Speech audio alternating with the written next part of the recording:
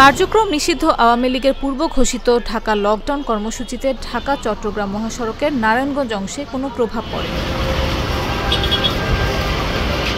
বৃহস্পতিবার সকাল থেকেই স্বাভাবিক দিনের মতো যানবাহন চলাচল করলেও দূরপাল্লার বাস কম দেখা গেছে।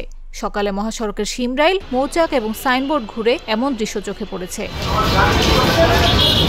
সরেজমিনে দেখা গেছে মহাসড়কে যান চলাচল স্বাভাবিক থাকার পাশাপাশি মানুষজন নির্বিঘ্নে গন্তব্যে পৌঁছাতে পারছে। ফলে লকডাউন ঘিরে এখন পর্যন্ত কোনো অনাকাঙ্ক্ষিত কিংবা নাশকতার মতো ঘটনা ঘটেনি।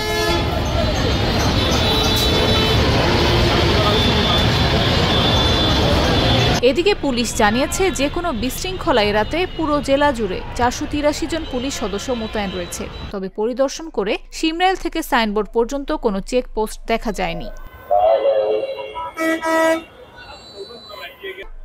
কাঁচপুর হাইওয়ে থানার ভারপ্রাপ্ত কর্মকর্তা আব্দুল কাদের জিলানী বলেন, মহাসড়কে কোনো অপ্রীতিকর পরিস্থিতি না ঘটলেও আজ যানবাহনের চাপ কিছুটা কম। অন্যান্য দিনের মতো আমাদের টহল কার্যক্রম অব্যাহত রয়েছে। জেলা পুলিশের সঙ্গে সমন্বয় করে আমরা কাজ করে যাচ্ছি।